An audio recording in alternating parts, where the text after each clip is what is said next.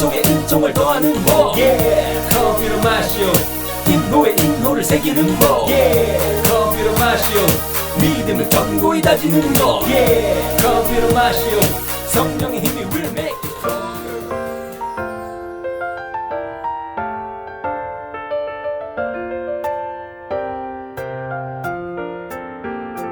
오소서 성령님 주님의 빛 그 빛살을 하늘에서 내리소서 가난한 이 아버지 오소서 은총 주님 오소서 마음의 빛 가장 좋은 위로자 영혼의 기쁜 손님 저희 생기 도우소서 일할 때 휴식을 무더위의 시원함을 슬플 때 위로를 영원하신 생명의 빛 저희 마음 깊은 곳을 가득하게 채우소서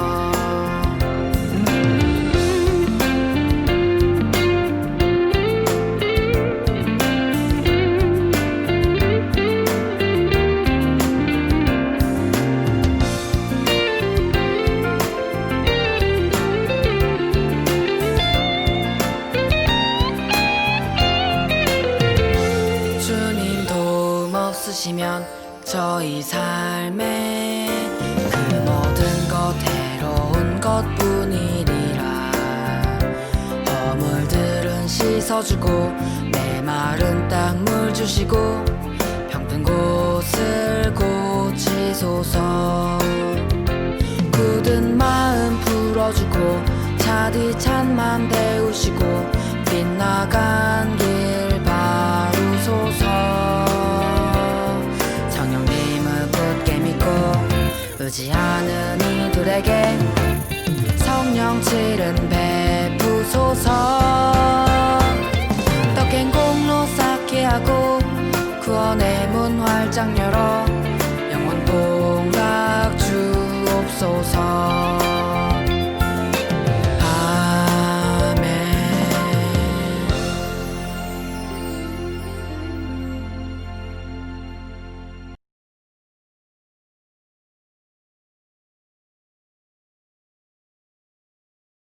로마서 10장 9절에서 15절까지의 말씀입니다. 그대가 예수님은 주님이시라고 입으로 고백하고 하느님께서 예수님을 죽은 이들 가운데서 일으키셨다고 마음으로 믿으면 구원을 받을 것입니다. 곧 마음으로 믿어 의로움을 얻고 입으로 고백하여 구원을 얻습니다. 성경도 그를 믿는 이는 누구나 부끄러운 일을 당하지 않으리라 하고 말합니다. 유다인과 그리스도인 사이에 차별이 없습니다. 같은 주님께서 모든 사람의 주님으로서 당신을 받들어 부르는 모든 이에게 풍성한 은혜를 베푸십니다. 과연 주님의 이름을 받들어 부르는 이는 모두 구원을 받을 것입니다. 그런데 자기가 믿지 않는 분을 어떻게 받들어 부를 수 있겠습니까? 자기가 들은 적이 없는 분을 어떻게 믿을 수 있겠습니까? 선포하는 사람이 없으면 어떻게 들을 수 있겠습니까? 파견되지 않았으면 어떻게 선포할 수 있겠습니까? 이는 성경에 기록된 그대로입니다. 기쁜 소식을 전하는 이들의 발이 얼마나 아름다운가. 안녕하십니까? 오늘은 교회의 사명인 선교에 대해서 알아가 보도록 하겠습니다. 이 책자는 지금 당신을 초대합니다라고 천주교 안내서, 보통 예비 신자들에게 나눠지는 책자의 앞부분입니다. 예수 그리스도께서 사도 베드로의 발을 씻는 장면이 나오고 있죠. 그렇게 예수님처럼 섬기면서 사람들에게 다가가라는 의미가 아닐까 생각을 해봅니다. 우리가 지난 시간에 견진성사를 받고 나면 달라지는 점에 대해서 4가지 배웠습니다. 먼저 성령의 은총을 받게 되고 예수님과의 강화된 유대 관계를 맺게 되고 또 대부모가 될 수 있으면서 신앙에 대한 더 큰 책임을 갖게 되고 또 하나는 교회 안에서의 사명을 완수하라는 게 소명을 받게 된다고 했죠. 복음 선포의 사명입니다. 오늘은 복음 선포의 사명에 대해서 알아가 보도록 하겠습니다. 지금 좀 전에 읽은 그 로마서의 복음 내용도 잘 유념해서 들으셨겠지만 마태복음 28장 맨 마지막에 19절부터 20절을 선생님이 잠깐만 읽어보도록 할게요. 그러므로 너희는 가서 모든 민족들을 제자로 삼아 아버지와 아들과 성령의 이름으로 세례를 주고 내가 너희에게 명령한 모든 것을 가르쳐 지키게 하여라. 가톨릭 교회에서 평신도에게 부여하는 세 가지 의무가 있습니다. 하나는 예언직, 또 하나는 사제직, 왕직입니다. 예언직은 말씀 선포에 참여하라는 것입니다.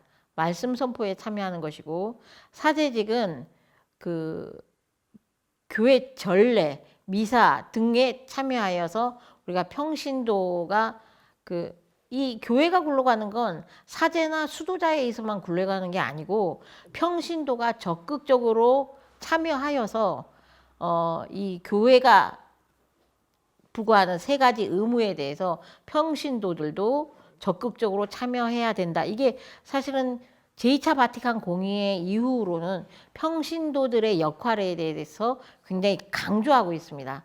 아까 말씀드렸던 예언직, 사제직, 왕직. 그러니까 왕직은 대단히 좀 오해가 있을 수 있죠. 왕직이라고. 근데 이거는 봉사에 대한 얘기입니다. 봉사에 대한 얘기고 그래서 예언직은 아까처럼 말씀 선포, 사제직은 전례 참여함, 왕직은 교회 활동에서 봉사하는 이런 걸로서 평신도 사도직에 참여하는 이 가톨릭 교회에서 우리에게 세 가지 직분으로 넘겨준 의무에 대해서 하면서 또 하나는 이 평신도 사도직에 참여하면서 우리가 적극적으로 선교 활동에 나가야 되는 거에 대해서 생각을 해봐야 됩니다. 근데 사실 우리가 이 천주교 신자들이 가장 좀 약한 부분이 선교일 수가 있어요. 내가 막 길거리에 나가서 개신교 신자들처럼 막 적극적으로 막 노래 부르고 막 이러면서 길 가는 사람의 소매를 잡아끌 그런 심정들이 아니지 않습니까? 그리고 그런 사람들을 길에서 만나면 우리는 약간 거부감을 느껴요. 뭐 왜 이러지? 왜 나를 붙잡지? 막 이런다고요. 그런 것처럼 우리가 그들처럼 막 거리에 나가서 막 이렇게는 아니지만 사실은 나의 삶의 모습이 다른 사람으로부터 하여금 천주교 신자로 한번 살아보면 어떨까라고 생각하게 느끼게끔 해주는 게 바로 선교의 모습이 될 수 있겠다. 그러면서 적극적으로 너도 한번 성당에 같이 가볼래? 라고 말할 수 있는 거. 내가 모범을 보이지 않는데 우리 성당에 같이 가볼까? 하면 속으로 너나 가세요. 너나 잘하세요. 이런 말이 나올 수 있습니다. 내가 모범을 보이면 저 아이가 어떻게 저렇게 잘하지? 어떻게 저렇게 좋은 친구이지? 라는 것 때문에 궁금해서라도 같이 성당에 오고 싶어 할 겁니다. 즉 선교의 가장 기본 바탕은 내가 잘하는 것입니다. 내가 잘하는 게 지난 시간에 우리가 하나의 포도나무에 우리는 가지요 열매라고 했습니다. 내가 가지요 열매로서 제대로 살아야 그 포도나무는 살아남는 것입니다. 내가 가지가 벌레 먹고 무슨 이렇게 병들고 그러면 그 포도나무도 힘들어져요. 그 아프고 병든 가지와 열매를 먹여 살리기 위해서 계속 땅으로부터 양분을 올려야 되기 때문에 마찬가지로 하나의 그리스도의 지체가 된 우리는 내가 잘 살고 내가 그리스도인으로서 본보기를 보이는 삶을 살아야 그 이후에 선교가 이루어지게 되는 것입니다. 여기 선교와 관련해서 오늘은 두 분의 인물을 소개해 드릴 거예요. 두 분 다 신부님이세요. 딱 이 사진만 보고도 누군지 아는 친구에게 또 선물을 주고 싶으네요. 이분은 인자한 할아버지가 산타클로스 할아버지 같지 않습니까? 하얀 머리 파란 눈, 임피제 맥그리치 신부님이십니다.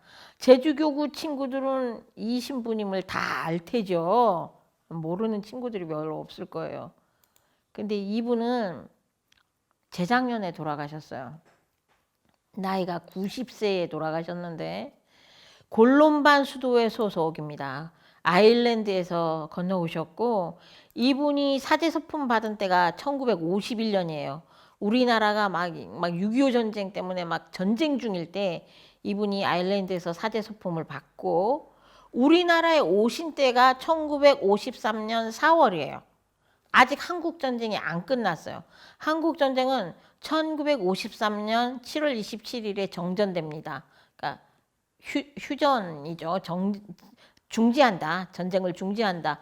이때이기 때문에 아직 한국 전쟁이 안 끝났을 때 이분이 사제소품을 받고 전쟁 중인 나라로 가겠습니다. 라고 해서 온 거예요. 이분이 오시고 나서 다음 해 1954년 4월에 제주도로 파견되십니다. 한림에 오시죠. 이분 선생님 이 자막으로 엄청나죠. 한림성당 건립하시고 금악성당 건립하시고 이시돌 농장, 한림수직, 성글라라 수도에 유치하시고 한림신협 설립하고 성이시돌 복지의원 건립하고 훈장도 많이 받으세요. 막사이 사이상, 국민훈장, 모란장, 아일랜드 대통령상 등 받으십니다. 그런데 이분이 이 많은 일을 하고 많은 상을 받고 하면서 생긴 가장 큰 별명이 여기 나오죠. 파란 눈의 돼지 신부. 왜 이런 별명이 붙은지 아십니까? 임피제 신부님이 맨 처음 제주도에 왔을 때 제주도로 한국으로 간다고 하니까 주변에서 야, 그 나라가 전쟁 중인데 가면 거기 맨 거지 도둑 아무것도 없어. 전쟁 때문에 다 파괴됐어. 아무것도 없어. 선교하기 너무 힘들 거야. 이렇게 듣고 오셨대요. 그 힘든 와중에도 광주에 오셨는데 또 광주에서도 더 어려운 이 제주도로 넘어오신 거예요. 제주도에 와서 한림성당에 갔더니 그때 젖먹이 애기들까지 다 합쳐도 한림성당 신자가 20명이 안 됐대요. 근데 아무것도 없는 땅이죠. 허허 벌판 어떤 성당도 없고 사제관도 없고 이런 곳에 오셨는데 정말 여러 기적 같은 일들을 경험하십니다. 이분이 맨 처음에 왔을 때 그 한림 앞바다에 그 미군 군함이라고 해야 되나? 미국 군함에 뭔가 물건을 대는 어떤 그 부속함인 것 같아요. 그 배가 침몰을 해서 침몰이라기보단 좌초예요. 한림 앞바다에 암초에 부딪혀서 멈춰섰는데 이제 임피제 신부님이 이렇게 영어를 할 수 있으니까 건너가셨어요. 근데 거기 선장이 보니까 세상에 여기 제주도에 아무도 없을 줄 알았는데 말이 통하는 외국인이 와 있어. 그래서 이제 얘기를 하다 보니까 이제야 한림성당에 금방 왔는데 아무것도 없는 곳에 와 계신 선교사예요. 그래서 그 배의 선장님이 어차피 자기 배는 지금 암초에 걸려 있고 자기 배를 구하러 이제 본선이 올 때까지 한 3일 여유가 있는데 자기 배에는 지금 뭔가 수송하기 위해서 물자를 수송하기 위해서 사이사이에 이렇게 나무를 끼워 넣었던 목재들이 있었대요. 이 목재가 자초되면서 유실됐다고 할 수 있으니까 이 목재라도 가져가서 쓰려면 쓰십시오라고 신부님한테 주신 거예요. 근데 시간은 3일밖에 없어요. 그러면 젖먹이까지 다 합쳐서 20명밖에 안 되는 한림성당 신자들이 그 먼 거리에 떨어져 있는 그 배를 왔다 갔다 하면서 그 목재를 어느 세월에 3일 안에 다 가져올 수 있겠어요. 그래서 신부님이랑 20명의 신자들이 고민하면서 이제 쪼그려 앉아서 고민을 했겠죠. 이거 준다고 해도 가져올 길이 없네. 근데 이제 거기 한림성당 신자들이 신부님 고만 쉬어봅소. 다수가 있을 거우다. 한번 골았겠죠. 무슨 말인지 못 알아먹겠죠. 신부님 걱정 마세요. 뭐 표준어로 번역을 해드리자면 걱정 마세요. 무슨 수가 날 거예요. 라고 안심을 시켜드렸어요. 그런데 어쨌든 다음날 한림항에 일단 나올 수 있는 사람들 나와라. 애기들까지 다. 근데 한림항에 200명이나 모였대요. 한림읍에 사는 모든 사람들이 나간 거야. 이 사람들은 신자가 아니에요. 신자인 누군가의 얘기를 듣고 나와준 거예요. 다 그 군함에서 목재들을 실어다 줬어요. 3일 안에 깔끔하게. 임피제 신부님은 그때 자기가 들은 소문이 헛소문이구나를 알았어. 한국에는 도둑이 많다더라. 거지가 많다더라. 웬걸? 제주도에 왔는데 목재 한 토막을 잊어먹은 게 없어. 목재 한 토막도 가져가는 사람이 없어요. 그거를 신자들이 아닌 그 한림의 마을 사람들이 다 도움을 줘서 그 목재를 가져다가 맨 처음 한림성당을 지은 거예요. 여기에서부터 시작이에요. 이제 제주도민의 자립을 위해서 신부님은 성당도 지었지만 이 사람들이 먹고 살 길이 해결되어야 하느님께로 다가올 수도 있겠다라는 것 때문에 제주도민의 자립을 위해서 본인이 아일랜드의 가난한 농부, 가난한 목동이었기 때문에 거기에서 목축업을 아일랜드와 우리 제주도 땅이 좀 기후가 비슷하고 풍토도 비슷하고 그러기 때문에 목축업을 해야겠다라는 생각을 가지세요. 그래서 뭐 돼지, 그다음에 양 이걸 들여와서 이제 한림수직이라는 그 양털을 깎아서 정말 한림수직에서 만든 옷은 너무 훌륭했어요. 지금 제주도의 중년 이상 아주머니들은 한림수직에서 만든 그 옷이 있어요. 이게 뭐랄까 대바늘 뜨기로 짠 옷이 있는데 그 옷을 안 갖고 있는 아줌마 별로 없어요. 그걸 오죽하면 제주도 여자들의 교복이라고 불러요. 한림수직에서 그 짠 옷. 근데 오늘날에는 구할 수조차 없죠. 그 좋은 편물이 그 IMF 터지면서 중국에서부터 싼 편물들이 들어오면서 한림수직이 문 닫을 수밖에 없는 길로 갔어요. 근데 그 IMF가 터지기 전까지 제주도민, 한림의 지역 경제를 돌아가게 만들던 원동력이었어요. 그렇게 가난한 사람들의 자립을 위해서 헌신하셨어요. 그래서 이분이 푸른 눈의 돼지 신부라는 별명이 왜 생겼냐면 미국 텍사스주에 모금 활동을 가신 적이 있어요. 이 뭐 젊은 시절부터 이 사진들이 있는데 이 모금 활동을 하러 갔을 때 사진이 이겁니다.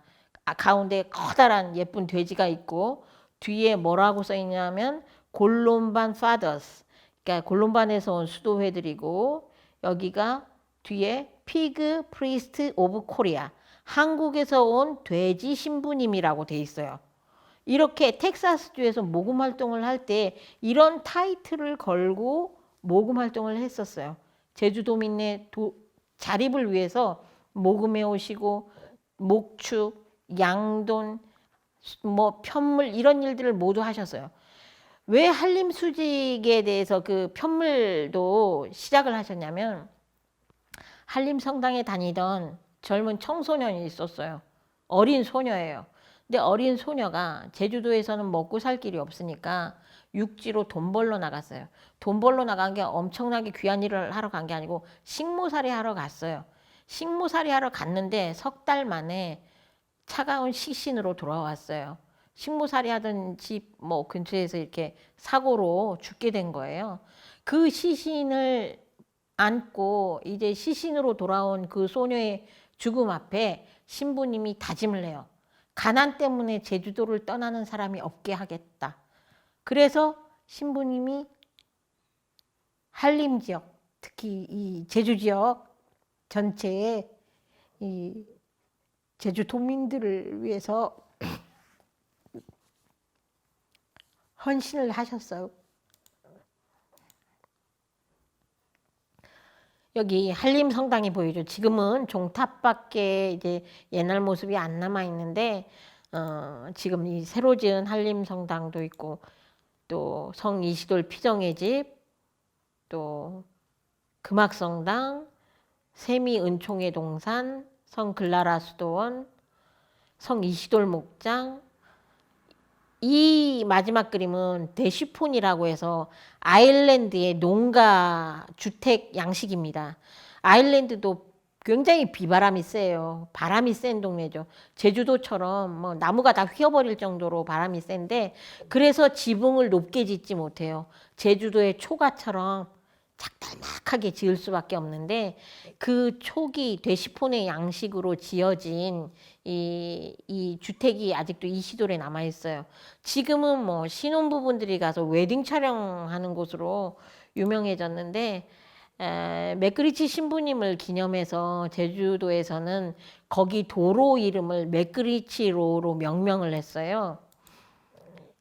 이 사진은 2018년에 신부님께서 돌아가셨을 때 삼위일체 대성당에서 장례미사가 집전되던 당시의 모습입니다.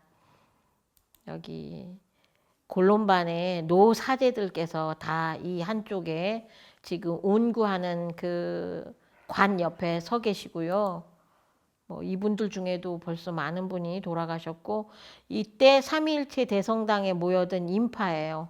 요 앞쪽에 가운데에 앉으신 분들이 아일랜드에서 넘어온 조카들이에요. 왜냐면 아일랜드에서도 임피제 신부님이 9형제 중에 5번째인가 뭐 이래요. 그래서 그 조카들이 그때 건너왔었고요.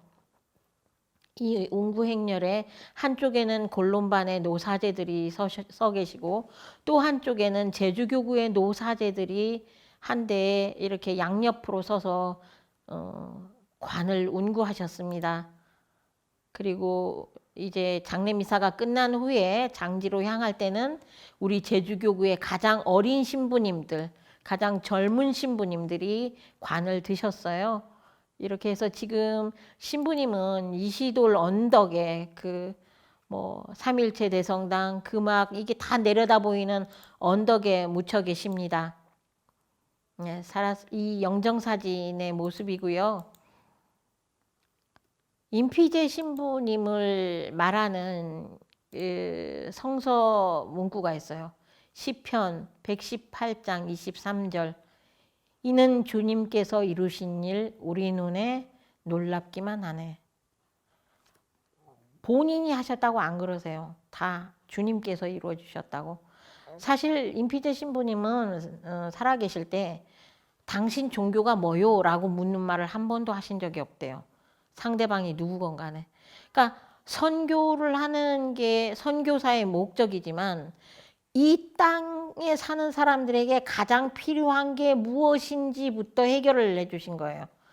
그래서 그 다음이 선교인 거예요. 자기가 먹고 살만하고 또 나의 보여진 모습이 하느님을 따라올 만하면 본 사람들은 다 하느님을 따를 수밖에 없다. 그래서 한림 지역에는 아직도 신앙심이 깊은 사람들이 많이 살고 있습니다. 임피제 신부님의 영향이죠. 그리고 제주교구의 많은 신자들이 한림 출신들이 많아요. 집안이. 우리 어머니 아버지는 한림이에요. 한림에서부터 신앙이 시작된 집안들이 많습니다. 그만큼 한림이 우리 제주교구에서 뭐 중앙성당도 있고 서귀포 성당도 있지만 신심 깊은 집안 가문 또 그곳에서 배출되는 많은 그 신자들이 한림 지역에 많습니다.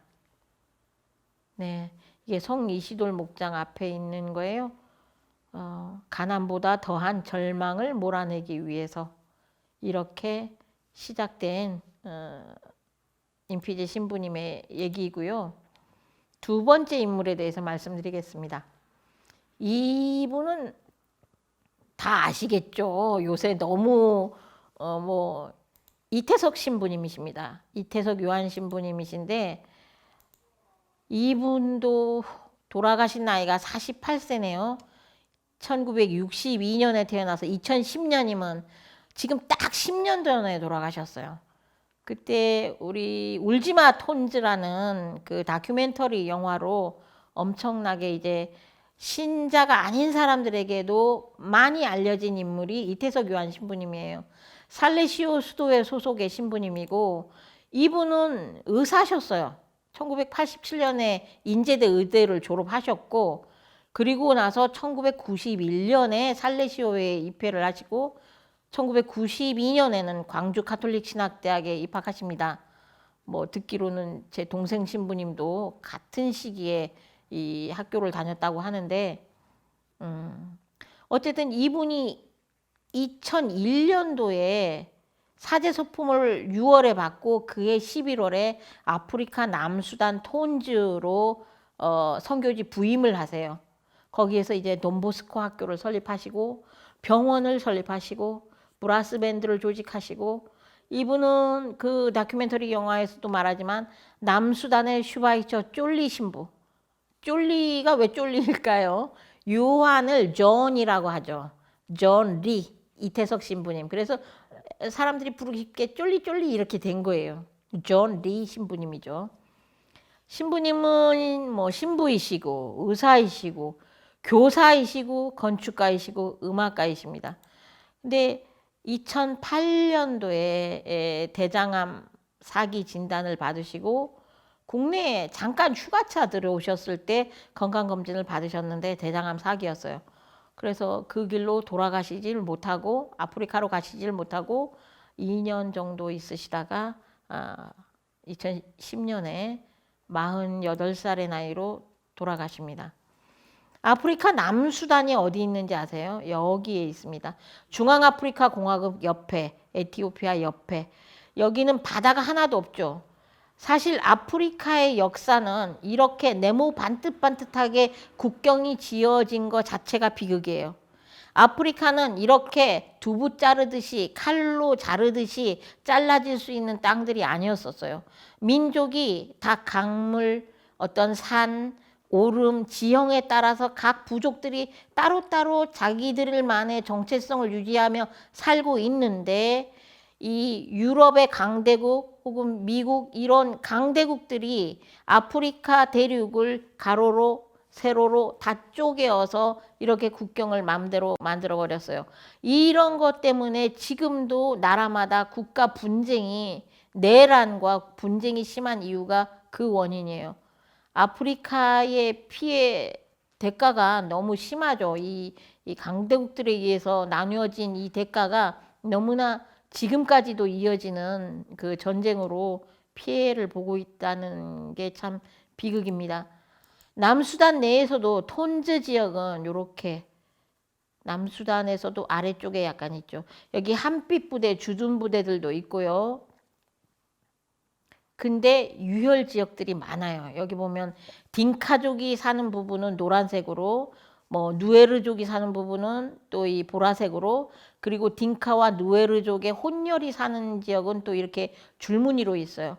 이만큼 다양한 민족을 한 나라 안에 때려놓고서 국가라고 칭하려고 하니까 남수단과 그 외 지역이 서로 독립운동을 벌이게 되는 거예요.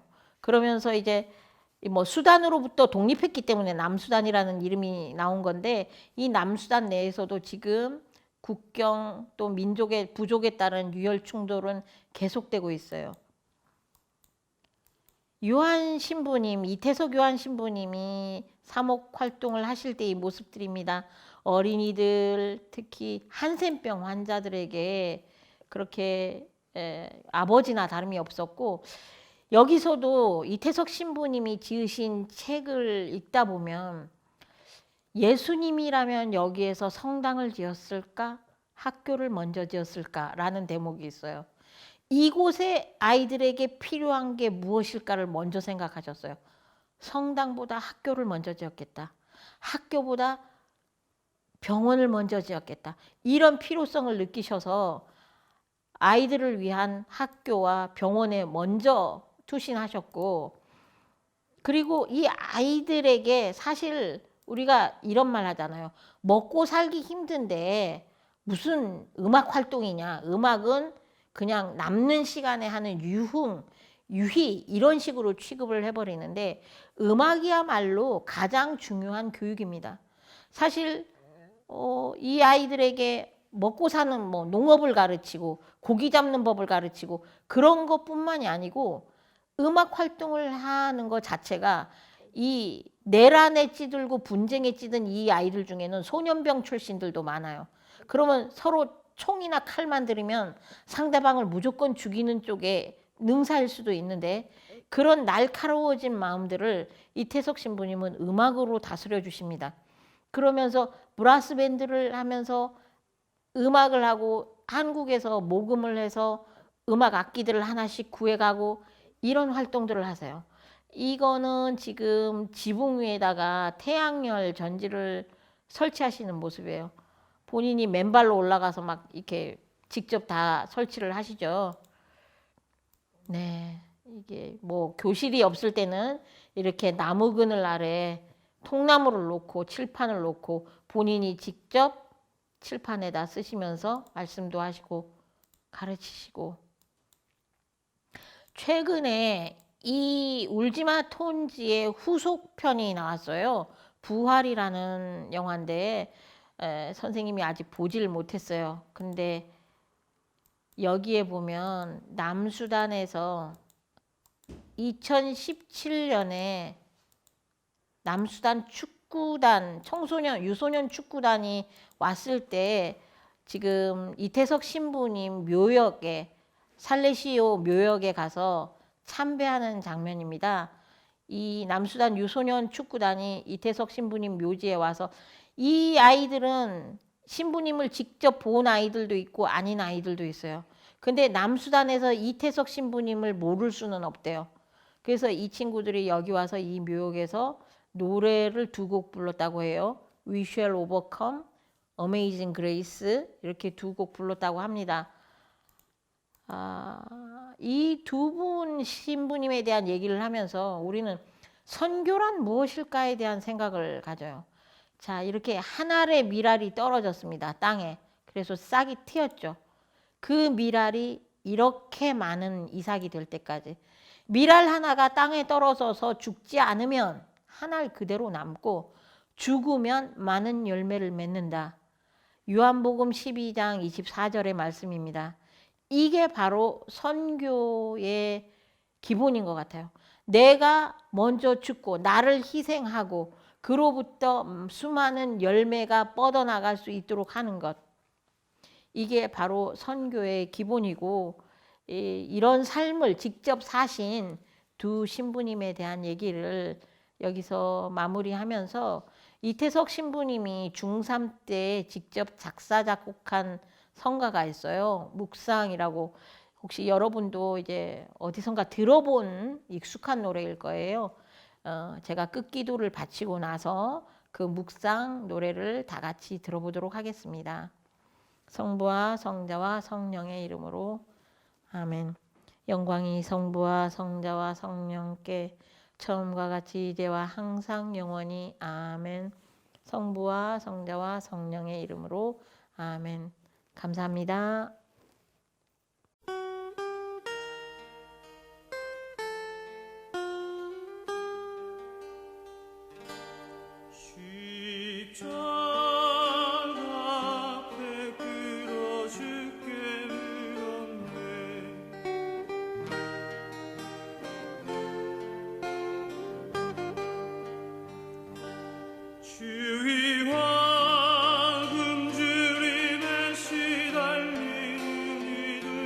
총구리 앞에서 피를 흘리며 죽어가는 이들 후에 당신은 보고만 있냐고 눈물 흘리면서 주께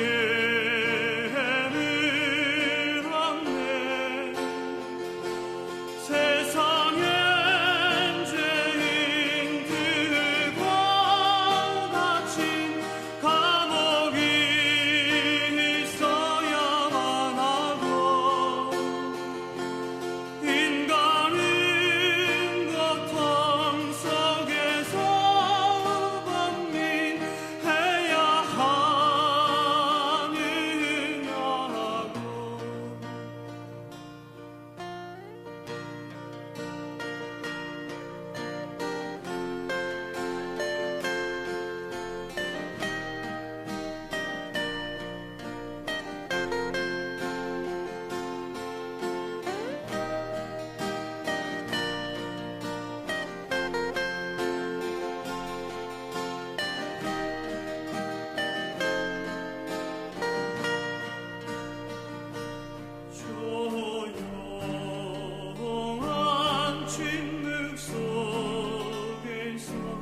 주 말씀하셨지 사랑 사랑 사랑하지 서로 사랑하라고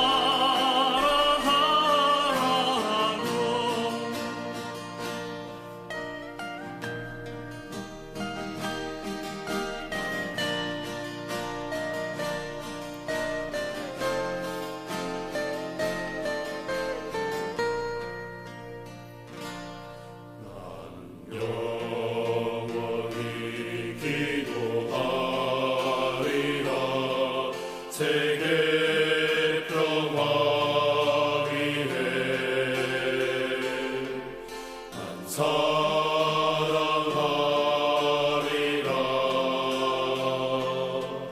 내 모든 것 바쳐 난 영원히 기도하리라 세계 평화 위해 난 사랑하리라